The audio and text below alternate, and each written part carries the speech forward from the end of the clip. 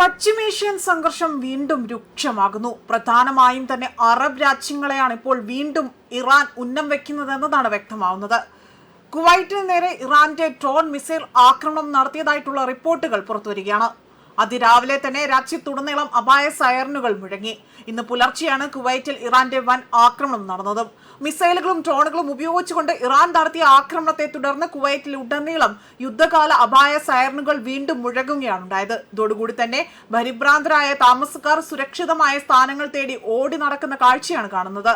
രാജ്യത്തുടനീളം അപായ സൈറനുകൾ മുഴങ്ങിയതായി തന്നെ കുവൈറ്റ് വാർത്താ ഏജൻസിയാണ് റിപ്പോർട്ട് ചെയ്തത്. മിസൈലുകളും ഡ്രോണുകളും തടയാൻ കുവൈറ്റ് സൈന്യം വ്യോമ പ്രതിരോധ സംവിധാനങ്ങൾ സജ്ജമാക്കിയിട്ടുണ്ട്. അതേസമയം ഇറാന് നേരെ സൈനിക ആക്രമണം നടത്തിയതായി തന്നെ US സെൻട്രൽ കമാൻഡ് സ്ഥിരീകരണം നടത്തി. ഇറാന്റെ ആക്രമണ നടപടികൾക്ക് മറുപടിയായാണ് അമേരിക്ക അവിടെ സ്വയം രക്ഷാർത്ഥം പ്രത്യാക്രമണം നടത്തിയെന്നതാണ് സെൻട്രൽ കമാൻഡ് അറിയിച്ചിരിക്കുന്നത്. അന്താരാഷ്ട്ര സമുദ്ര പരിധിയിലൂടെ തന്നെ അവിടെ പറക്കുകയായിരുന്ന അമേരിക്കയുടെ MQ-1 ഡ്രോൺ ആകട്ടെ ഇറാൻ വെടിവെച്ചിട്ടതിനെ തുടർന്നാണ് ഈ തിരിച്ചടി ഉണ്ടായിരിക്കുന്നത്. അതേസമയം കുവൈറ്റ് ആംഡ് ഫോഴ്സ് രാജ്യത്തിന്റെ വ്യോമ പ്രതിരോധ സംവിധാനങ്ങൾ അടിയന്തരമായി തന്നെ സജ്ജമാക്കിയതായും മിസൈലുകളും ഡ്രോണുകളും കണ്ടെത്തിക്കൊണ്ട് തടയാനുള്ള നടപടികൾ അവിടെ ശക്തമാക്കിയതായും റിപ്പോർട്ട് സൂചിപ്പിക്കുന്നു. രാജ്യത്തെ പ്രധാന സൈനിക കേന്ദ്രങ്ങൾ, എണ്ണ സ്ഥാപനങ്ങൾ, തന്ത്രപ്രധാന അടിയന്തര സൗകര്യങ്ങൾ എന്നിവിടങ്ങളിൽ സുരക്ഷ വർദ്ധിപ്പിച്ചിരിക്കുകയാണ്.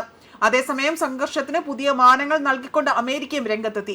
യുണൈറ്റഡ് സ്റ്റേറ്റ്സ് സെൻട്രൽ കമാൻഡ് പുറത്തിറക്കിയ വിവരങ്ങൾ പ്രകാരം ഇറാനെതിരെ അമേരിക്ക സൈനിക നടപടി സ്വീകരിച്ചതായും അവിടെ സ്ഥിരീകരണമുണ്ട്. ഇറാന്റെ ആക്രമണ നടപടികൾക്ക് മറുപടിയായി തന്നെ സ്വയം രക്ഷാ അവകാശത്തിന്റെ ഭാഗമായാണ് പ്രത്യാക്രമണം നടത്തിയതെന്നും വിപുലമായ ഒരു വിശദീകരണമാണ് നടത്തിയിരിക്കുന്നത്. അതോടൊപ്പം തന്നെ ഇത്തരമൊരു നടപടിയെ വലിയ രീതിയിലാണ് ഇപ്പോൾ അവിടെ അമേരിക്ക ആകട്ടെ തിരിച്ചടിക്ക് ഒരുങ്ങിയിരിക്കുന്നത്.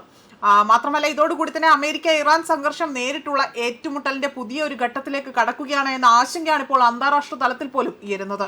ഗൾഫ് മേഖലയിലെ സൈനിക കേന്ദ്രങ്ങൾ, എണ്ണക്കപ്പൽ ഗതാഗതം, ഹോർമൂസ് കടലിടുക്ക് എന്നിവിടങ്ങളിലേക്ക് സുരക്ഷാ സാഹചര്യം ഇപ്പോൾ അതീവ നിർണായക ഘട്ടത്തിലൂടെയാണ് കടന്നു പോകുന്നത്. വിദഗ്ധരുടെ വിലയിരുത്തൽ പ്രകാരം കുവൈറ്റിലേക്ക് ആക്രമണം വ്യാപിപ്പിക്കുന്ന സാഹചര്യം ഉണ്ടായാൽ അതൊരു രാജ്യത്തെ മാത്രം ബാധിക്കുന്ന വിഷയമാകില്ല. മുഴുവൻ ഗൾഫ് മേഖലയെയും അത് ഉടനീളം തന്നെ അവിടുത്തെ സുരക്ഷയും ആഗോള എണ്ണ വിപണിയെയും അന്താരാഷ്ട്ര വ്യാപാരത്തെയും നേരിട്ട് ബാധിക്കുന്ന പ്രതിസന്ധിയായി മാറാനും സാധ്യതകൾ ഏറെയാണ്.